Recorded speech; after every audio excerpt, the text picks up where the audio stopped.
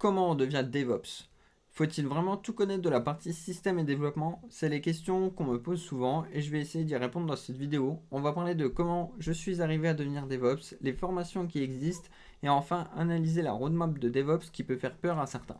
Comme vous l'avez compris, pas de terminal aujourd'hui, pas de ligne de commande ou quoi, donc je vous laisse vous installer bien tranquillement et profiter de cette vidéo sans mal de crâne.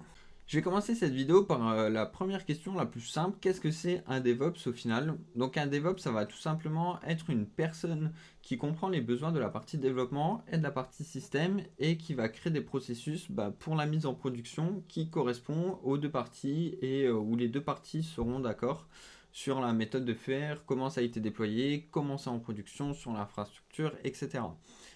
C'est un peu, on va dire, la fin de la guéguerre en mode le développement. Ah, j'ai besoin de cette librairie sur le serveur, etc. J'ai besoin de ce paquet, voilà. Et la partie système qui dit non, mais pourquoi tu veux installer ça? Ça sert à rien, c'est pas sécurisé, etc. Là, le DevOps, il va dire ok, attendez les gars, si. Alors, on a besoin de la librairie là, mais regardez, on va faire ça pour la sécuriser. Voilà. Donc, le DevOps, il va servir un peu à ça. Ceux qui disent que c'est une philosophie de travail, alors oui, c'est clairement une philosophie. Mais depuis cette année, c'est rentré dans le référentiel des métiers au niveau de l'État. Donc, on peut clairement avoir l'intitulé de DevOps.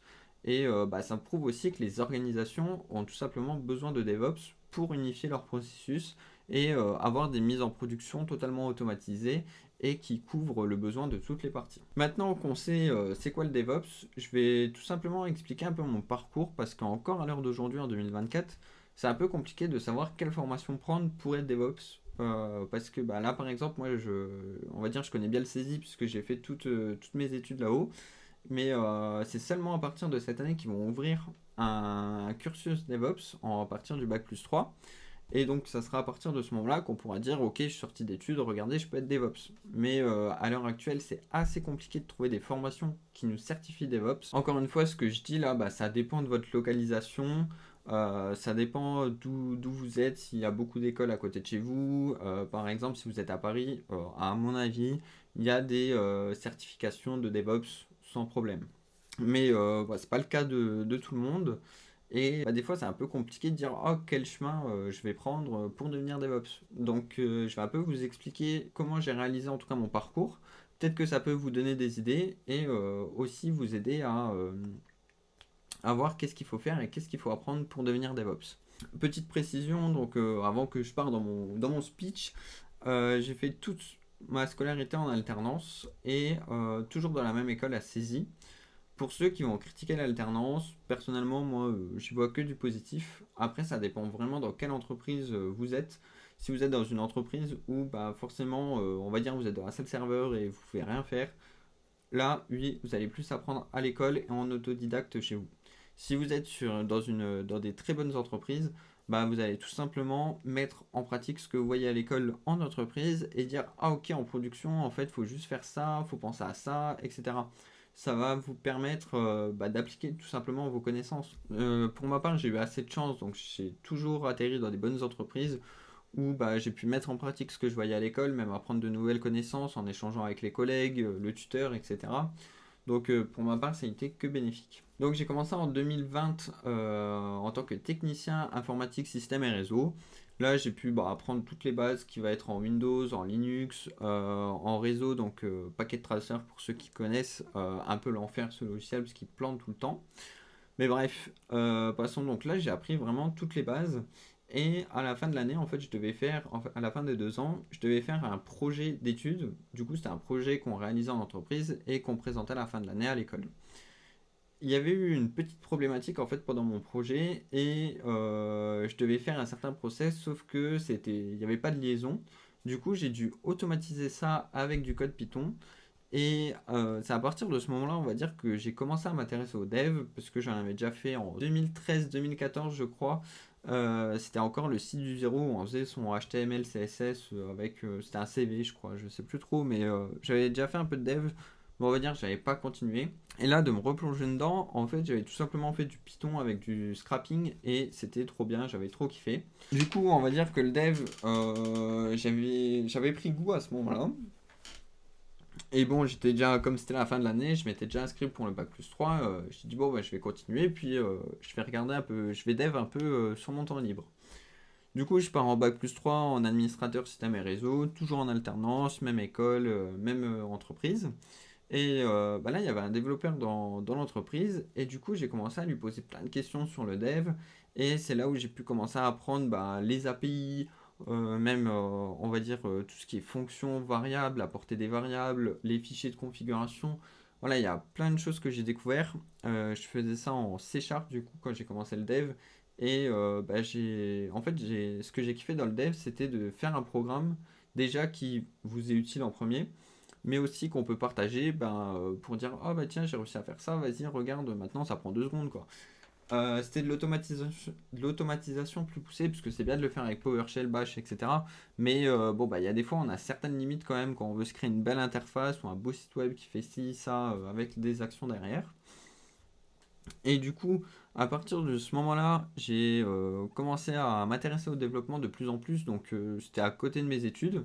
Je faisais ça, on va dire, sur mon temps libre. Premier gros projet personnel en développement que j'ai fait, ce qui m'a permis de voir à plein de choses, ça a été un bot FIFA. Alors, attention, j'ai acheté FIFA, j'ai commencé à jouer et je me suis rappelé qu'il y avait, en fait, ceux qui connaissent, on peut vendre et acheter des joueurs sur une plateforme web. Et je me suis souvenu qu'il y avait l'achat-revente, etc. pour se faire des crédits. Du coup, j'ai dit, mais attends, mais ça, je peux faire du dev là-dessus. C'est comme le bot que j'ai fait en fin de bac plus 2 pour scraper et tout. Et du coup, j'ai dit, bon, bah, let's go, on va essayer.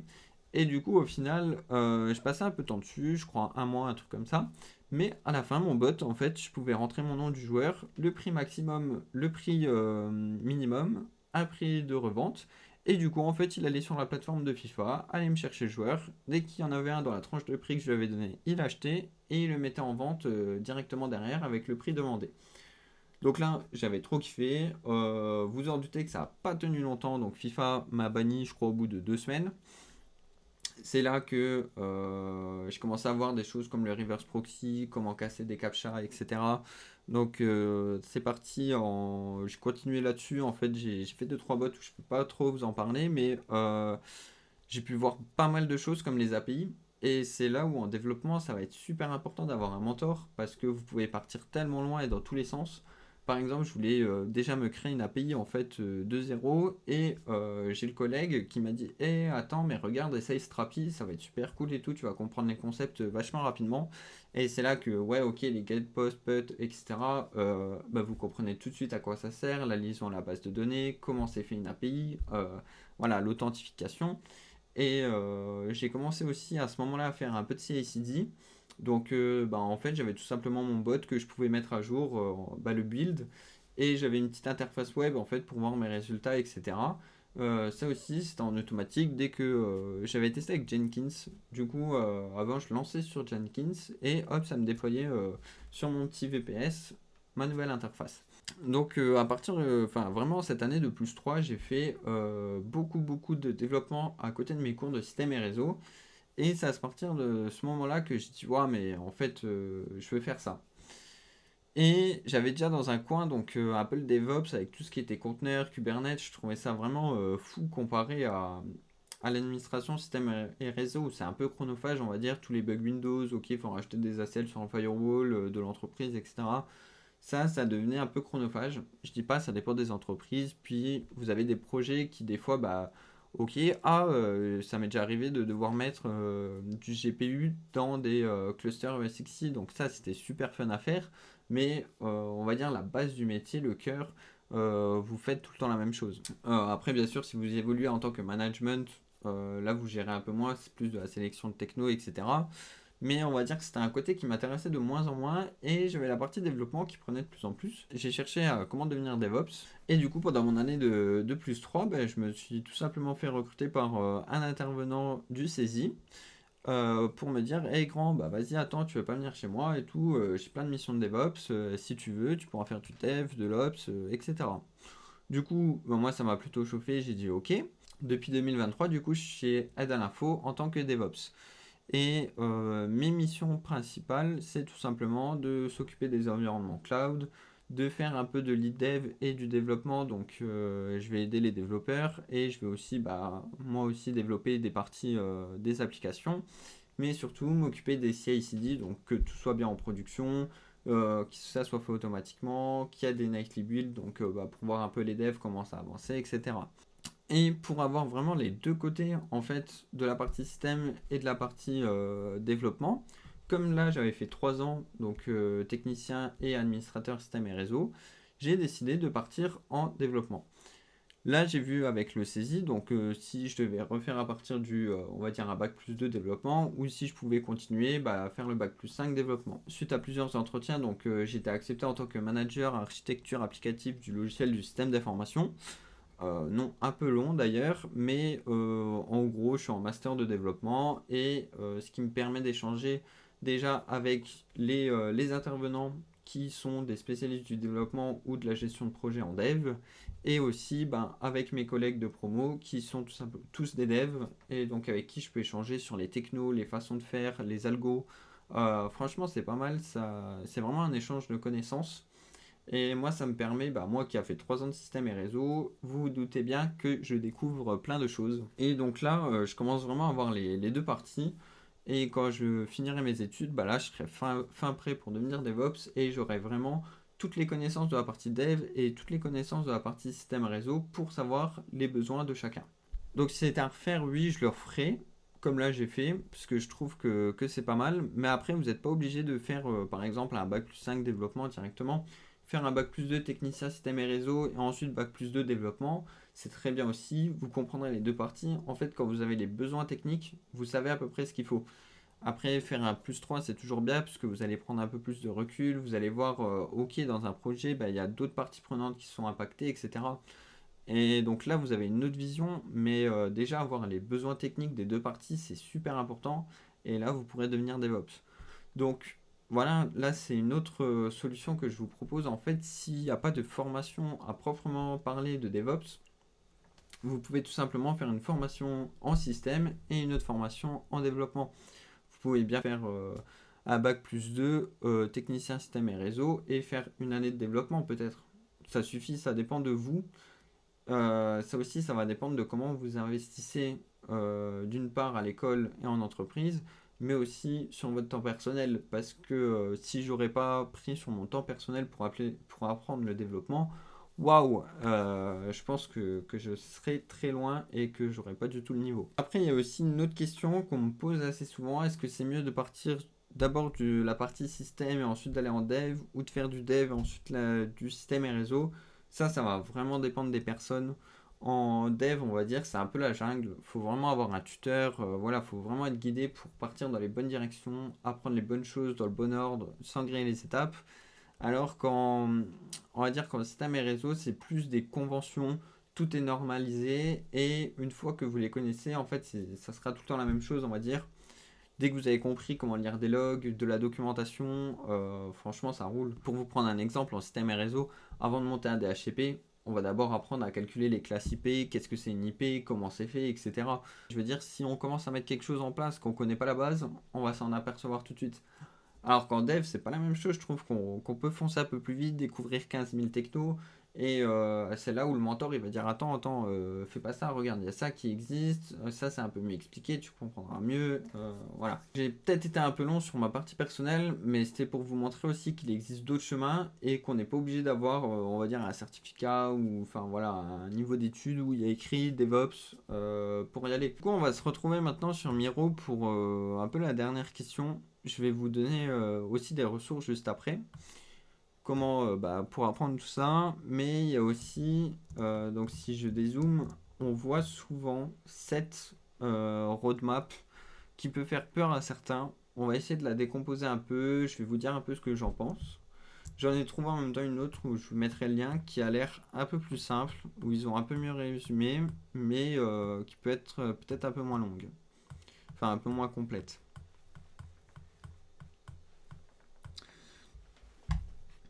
Donc je vais prendre la roadmap DevOps. Donc là vous voyez par exemple, donc je vais prendre la roadmap DevOps, celle qui est la plus connue. Et là comme vous voyez, eux ils commencent par apprendre des langages de programmation. Donc c'est dans l'autre sens que moi j'ai fait. Donc clairement, vous voyez que tous les chemins mènent à Rome pour le coup, et on peut vraiment devenir DevOps que l'on commence par l'un ou par l'autre en premier. Là, qu'est-ce qu'il nous dit? Alors, les violets, ça va être les personal recommendations, et en vert, les alternative options. Donc après, là, les langages, ça va vraiment... je trouve que pour moi, il n'y a pas vraiment de langage à connaître.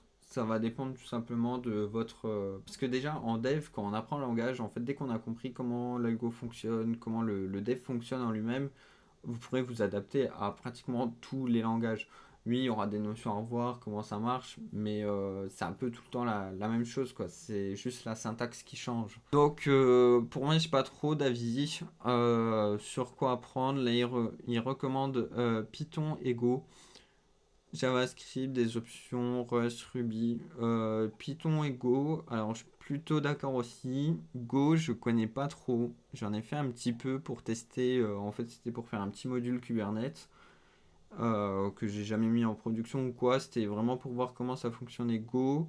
Et là, de toute façon, tout ça, hein, ça va dépendre de l'entreprise où vous êtes et qu'est-ce qui vous attire. Mais personnellement, le Go, je connais pas plus que ça. Python un peu. Et personnellement, je suis plus sur voilà, JavaScript Node. On va dire que je préfère en tout cas ça parce que si vous savez faire du front-end dans JavaScript, vous saurez faire du back-end et vice-versa. Ensuite, operating system, FreeBSD, OpenBSD. Bon, alors là, on voit que c'est ricain parce que là, c'est vraiment dans des grosses entités où on va dire vachement sécu que vous utilisez ça. Sinon, ce sera plus, voilà, ouais, du Red Hat, Ubuntu Debian et Windows. Pour moi, Windows, c'est à connaître parce que des fois, vous serez dans des environnements, surtout dans l'industrie, ça tourne vraiment à balle sur du Windows, donc il faut connaître PowerShell, tout ça, Windows Server, les conteneurs Windows, 2IS, tout ça, faut connaître. Ubuntu Debian, la base. Et Red Hat, personnellement, je connais pas du tout. J'ai jamais fait de Red Hat. Mais après, encore une fois, quand on a les bases de Debian, enfin, quand on a les bases de Linux, on peut s'adapter à plusieurs distributions et on n'est pas non plus perdu sur Unix. On connaît les commandes de base. Donc, moi, je dirais Windows et Debian, on va dire.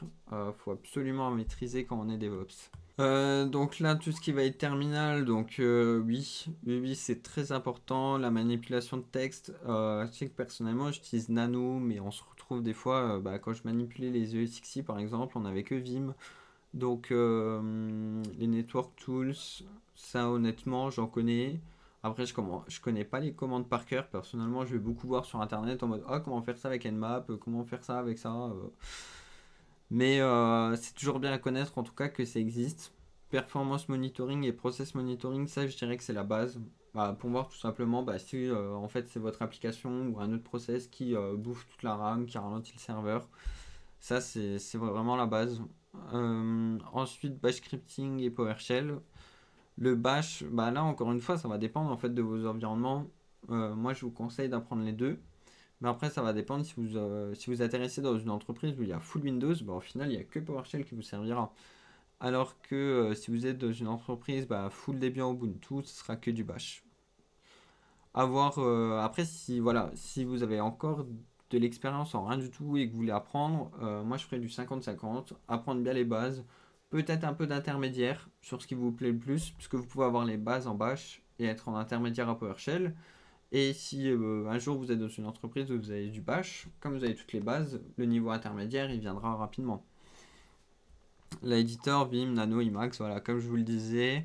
Vim, on va dire, je sais l'utiliser un petit peu. Et sinon, moi, je suis plus Nano. Le version control system, ouais. Donc là, Git, tout simplement pour le versionning de code et pour faire les merges, etc., les GitHub Actions. Donc là, ça va être très très important. De toute façon, dès que vous faites du dev, moi je le mettrai presque. Je le mettrai. Voilà, operating system, je le mettrai avant déjà. Mais en tout cas, quand vous apprenez la programmation, apprenez Git en même temps. Même si vous faites rien de spécial, pas de branche ou je sais pas, voilà. Mais juste poussez votre code sur Git. Déjà, c'est safe parce que si vous faites voler votre PC, que vous avez un problème, je sais pas, un incendie à la maison, etc., vous avez toujours votre code. Et en plus, ça vous permet de vous habituer un peu à l'interface. Même si vous faites rien de spécial avec, vous l'utilisez. La VCSS hosting, du coup, Bitbucket, GitLab, GitHub. Perso, Bitbucket, je connais pas du tout. Déjà, on a entendu parler. Voilà, j'ai des collègues de promo qui l'utilisent aussi. Mais je suis plus GitHub et un petit peu GitLab. J'ai déjà installé du GitLab dans des conteneurs, joué un peu avec les GitLab Action, mais sans plus. Sinon, je suis plus Team GitHub, personnellement. Là, encore une fois, ça dépend de vous, qu'est-ce que vous préférez. Web server, et donc là, ça va commencer à être un peu plus costaud. Par exemple, si un dev, il vient de là et qui doit faire ça, là, ça va déjà être un peu plus dur. Je dis pas que l'admin 6 il va pas se casser les dents au début, hein, c'est comme tout ce qu'on apprend, on se casse les dents dessus. Nginx, Tomcat, Apache, 2IS, voilà, donc 2IS comme je vous l'ai dit pour les environnements Windows, Nginx, Apache, Tomcat, voilà pour la partie Linux. Personnellement, je préfère Nginx et Traefik, même si Traefik c'est du reverse, et 2IS, je connais un petit peu.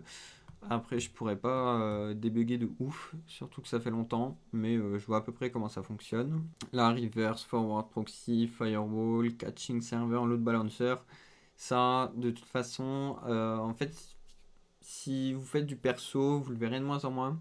Moi, en entreprise, du load balancer, reverse proxy, le cache et firewall, c'est super important. La partie firewall, ça va toucher un peu de sécurité. Donc là, si vous êtes dans une très grande organisation qui a une partie sécurité, généralement, c'est eux qui vont vous dire, ah bah tiens, il faut appliquer telle règle sur tel firewall, enfin utiliser tel firewall, tiens les règles.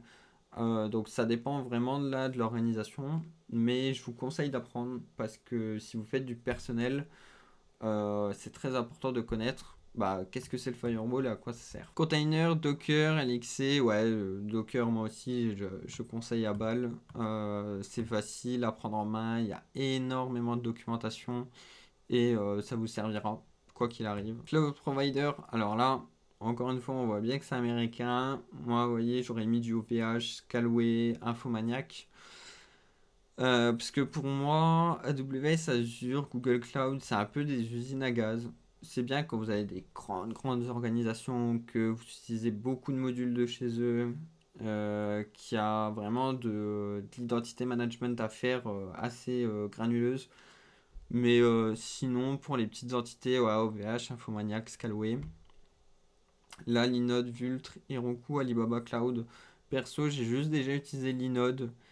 Et apparemment, c'est plus simple. Mais comme je suis habitué à Azure et Scalway OVH, j'ai trouvé ça super compliqué en fait.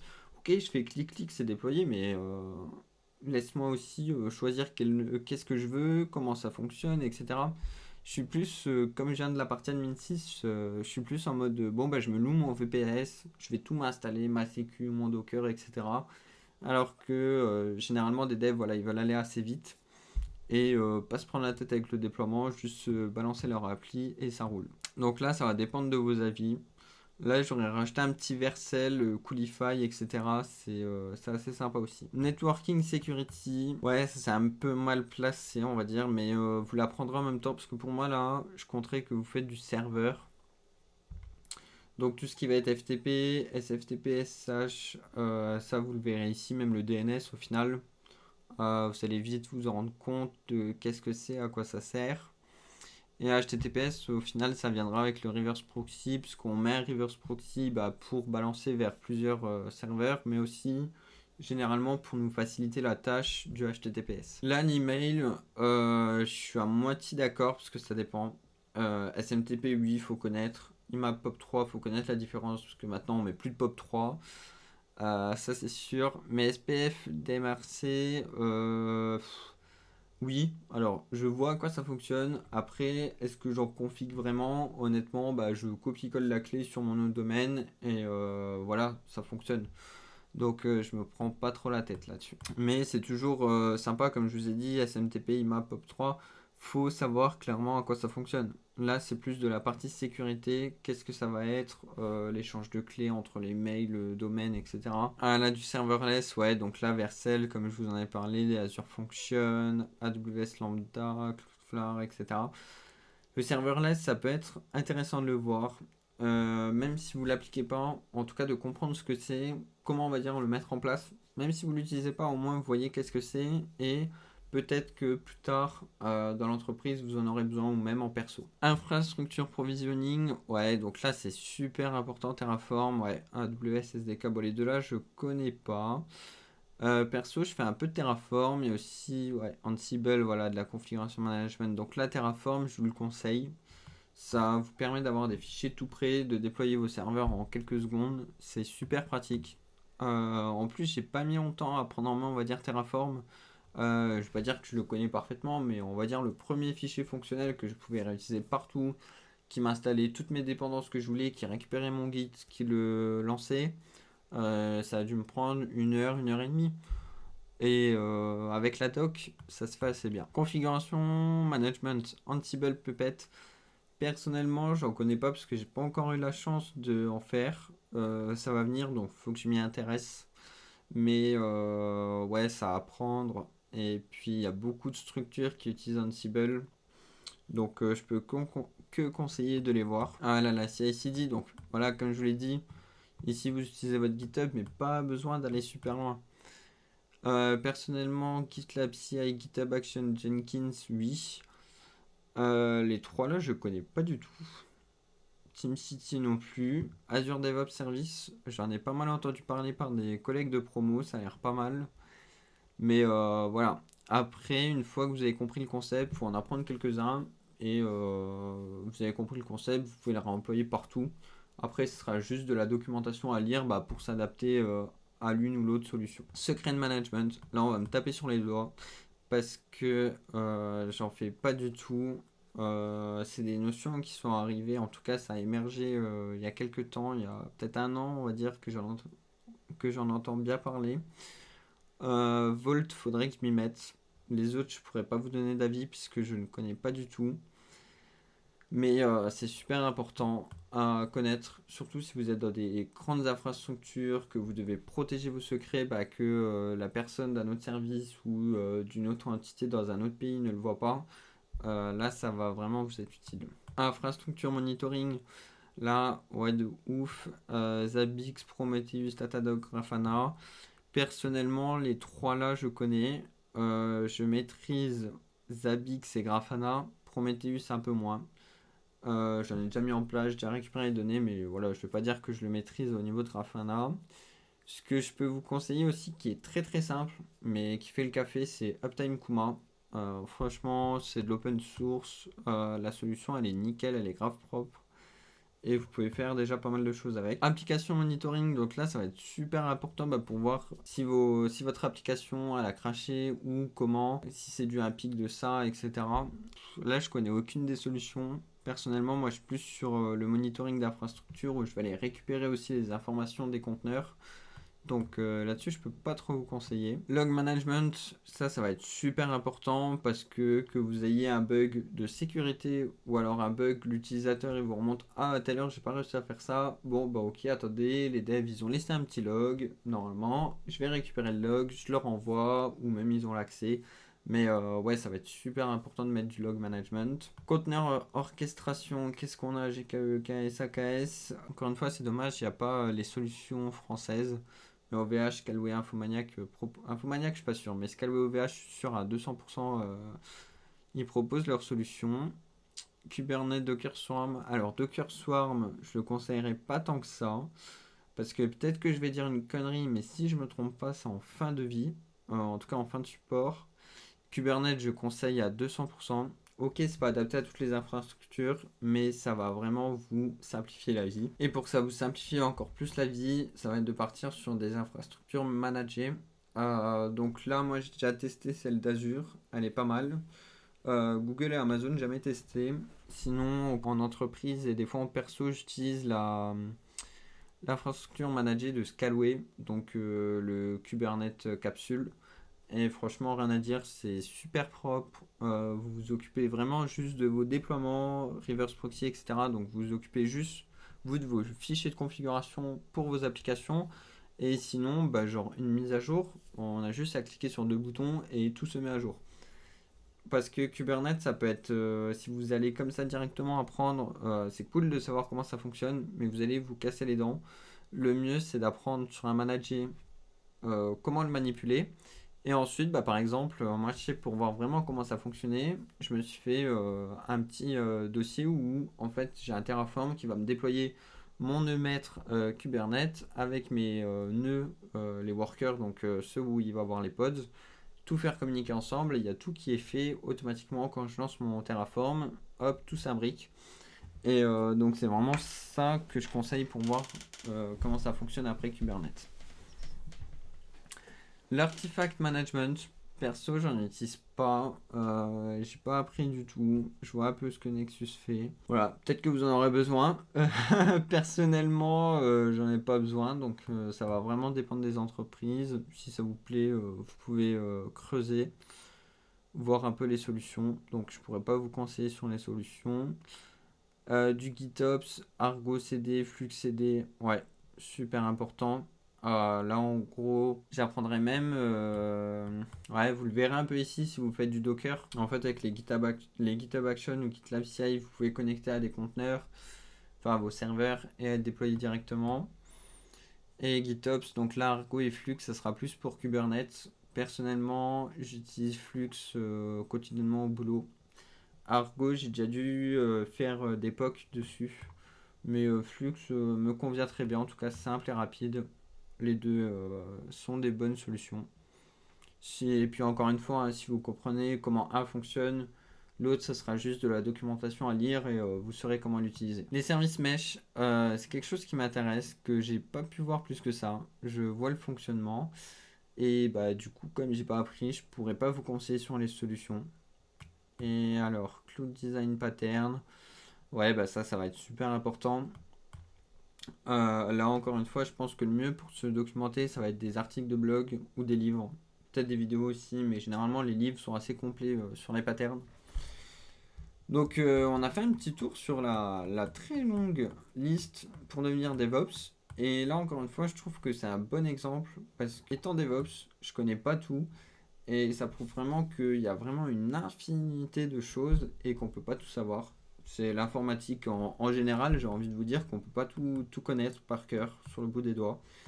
Le plus important, comme d'habitude, ça va être de savoir aller chercher de la documentation, aller chercher comment résoudre les problèmes. Voilà, le but, ça va vraiment être d'apprendre à lire de la documentation, parce que une fois que vous savez lire de la documentation, en vrai, vous adaptez à tous les outils possibles, sans trop de soucis. Bien sûr, vous aurez des petits bugs à droite à gauche, mais ça, c'est pas grave. On va chercher sur internet pourquoi il y a ce bug, ok, comment le résoudre. La documentation, elle dit ça, etc. Mais voilà. Donc vous n'êtes pas obligé de tout connaître pour devenir DevOps. Bien évidemment, c'est un peu une roadmap, même si vous apprenez qu'à chaque fois qu'une des choses, je pense que ça suffit et le reste des compétences se développe en entreprise. Je vous ai fait une petite sélection de chaînes YouTube à voir en système et réseau, DevOps et Dev. Parce que si vous regardez cette vidéo, c'est tout simplement que vous consommez des vidéos YouTube. Donc voilà quelques chaînes que je peux recommander qui m'ont aidé tout au long de mon parcours, même si mon parcours n'est pas encore fini parce que je suis en alternance, donc je consomme toujours ces contenus qui sont très intéressants et qui m'aident. Donc il va y avoir IT Connect, là ça va être principalement du système et réseau, mais il y a tellement de vidéos et tellement de ressources en blog que vous cherchez un truc, généralement on tombe là-dessus. Par exemple, monter un serveur AD DNS DHCP, je pense que ça doit être le premier résultat. Peut-être pas si vous faites votre recherche en anglais, mais en tout cas si vous la faites AD DNS DHCP, je suis quasi sûr que c'est le premier qui ressort. Bien sûr, ça dépend de l'algo Google, etc. Et vous voyez là ce qu'on a parlé, SPF, DKIM, DMRC. Donc là, c'est expliqué par IT Connect. Vous voyez que vous avez vraiment plein de vidéos qui peuvent vous servir. En DevOps, Xavki que je conseille à 1000%. Franchement, il a énormément de vidéos sur ce qui va être les reverse proxy, Docker, Kubernetes, de l'infrastructure as code. Il y a énormément de vidéos. Donc là, 1600, on le voit. Et même sur la gestion des logs, la supervision. Franchement, Docker, j'ai commencé à l'apprendre par mon patron. Donc, comme je vous l'ai dit, qui est intervenant à Saisie, c'est lui qui nous l'a enseigné à Saisie.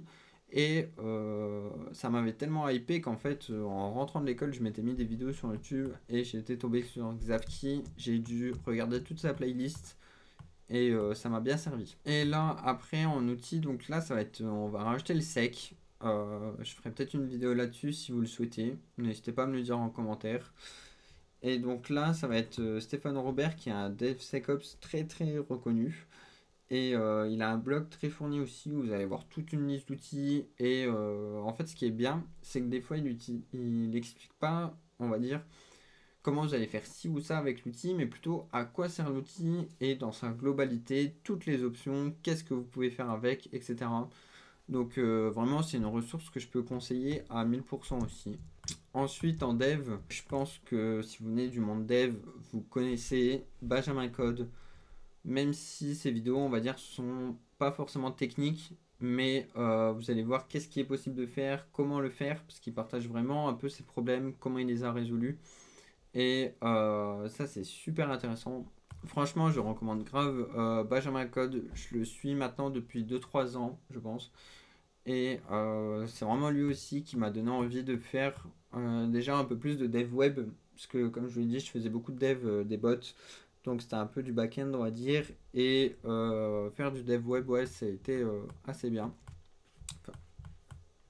Et ouais, ça m'a donné envie de faire du dev web, en tout cas en le regardant. Ensuite, Doc Melvin qui conseille vraiment des outils qu'on voit pas forcément sur d'autres chaînes. Et il est assez, je dirais même visionnaire sur certains outils, puisque des fois, c'est vrai que je vois sa vidéo, je vois pas trop l'utilité, enfin, où je vois, je dis ok, je comprends le principe, ça va, ok. Et un mois après, il y a toute la sphère tuteur qui est ouf dessus.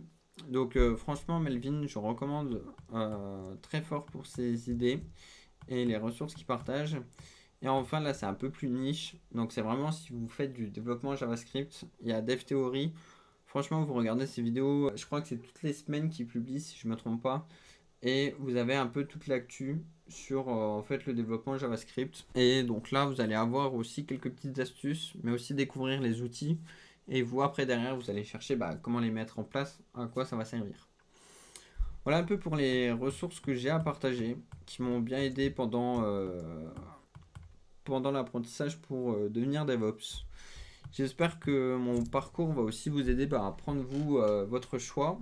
Et si vous avez des formations à côté de chez vous qui proposent un titre DevOps, n'hésitez pas à vous renseigner si c'est bien, etc. Si le contenu de la formation vous plaît et qui correspond à toutes les attentes du métier de DevOps, n'hésitez pas à y aller. Et voilà. Donc j'espère que cette vidéo vous a plu. Si elle vous a plu, n'hésitez pas à vous abonner et à lâcher un like aussi, ça m'aide énormément. Petit commentaire aussi, je vous répondrai avec plaisir si vous avez des questions sur des outils ou alors même sur le DevSecOps, voilà, ou le dev tout court. Si je peux vous aider, il n'y a pas de souci. Et n'hésitez pas à me suivre sur les réseaux sociaux, donc comme d'habitude LinkedIn principalement. Et je me suis mis il y a peu aussi sur Twitter, où là je publie plus en fait. Quand je dev le soir, je publie qu'est-ce que je fais, quelle techno j'utilise, comment je le fais, etc. Voilà, si vous êtes intéressé par le dev, un peu plus tard je posterai aussi du DevOps avec plaisir. Voilà, donc si ça vous intéresse, n'hésitez pas à me suivre. Et sinon, je vous dis à plus tout le monde!